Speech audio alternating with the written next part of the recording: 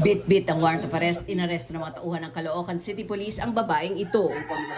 Isa siya sa 3 magkakamag-anak na kinasuhan ng estafa dahil muna sa pagtangay ng milyon-milyong pisong halaga mula sa kanilang mga nabiktima. Isa ang clinical pharmacist na si Elias Mark sa kanilang mga nabiktima.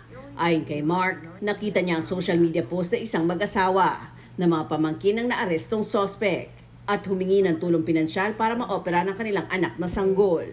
Nakipagtulungan ako sa classmates ko, family, para mapaoperahan po namin yung bata. Dahil grateful po sila and thankful sa tulong namin sa anak nila, pinakilala po sa akin yung tita na 15 years na daw pong nagle-lending business sa Caloocan. Tutulungan daw po nila akong makapag-invest dun sa tita nila. Nakumbinsi na mag-asawa ang biktima na mag-invest sa nasabing negosyo ng kanilang tiyahin sa pangakong 10% tubo kada buwan. Umabot niya sa 10.7 million pesos ang ininvest ni Mark sa loob ng 18 buwan. Hindi umano siya kahit minsan na nag-withdraw dahil nagtiwala siya sa mga sospek at tumasang malaki ang kikitain ng pera niya.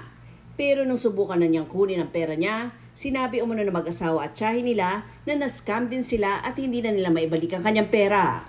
Pero hindi naman umano masabi ng mga sospek kung paano sila na-scam. Hindi ako makatulog kasi sobrang trauma po yung pag tumulong ka tapos ganito ibabalik.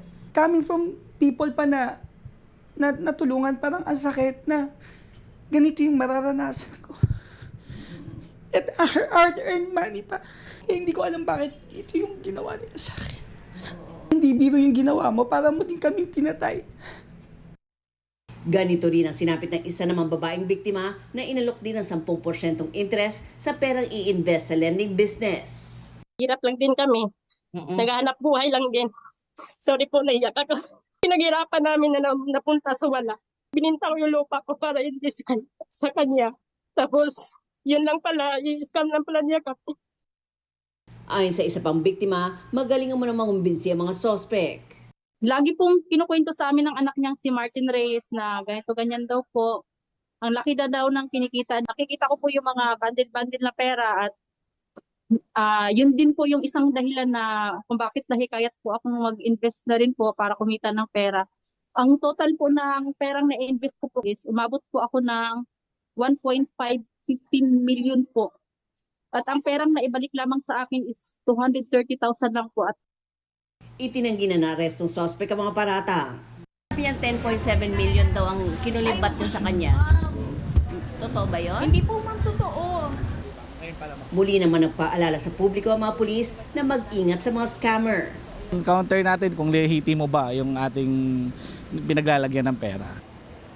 Nahuli na rin ang babaeng pamangkin ng unang naarestong sospek at pinaghahanap pa ang kanyang mister. Zia Ambrosio, ABS-CBN News.